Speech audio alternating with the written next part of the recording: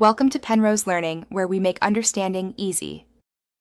First, verify your hardware and network before pairing as a remote. Make sure your phone and Google Home are on the same 4 GHz or 5 GHz Wi-Fi network. Turn on Bluetooth on your phone and enable location if required for setup.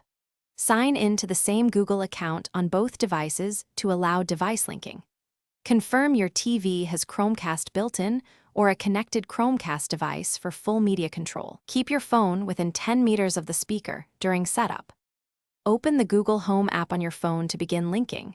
Tap Add, then Set up Device, then New Devices to scan for nearby hardware. The app will search and present your Chromecast or compatible TV within about 30 seconds. Follow the on-screen prompts and complete pairing within 5 minutes to avoid timeouts.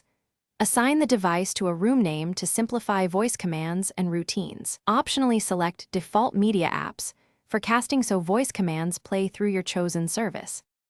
After setup, control your TV with voice commands and the Google Home app as a remote.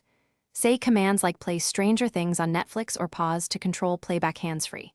For volume, say Hey Google, volume 25% or Hey Google, set volume to 15 for precise levels. To switch inputs, say Hey Google, switch to HDMI 2 or ask for the TV name by room. If pairing fails, reboot your router and restart Google Home. As a last resort, perform a factory reset on Chromecast and retry the. Thanks for watching. If this was helpful, leave a like and consider subscribing. See you next time.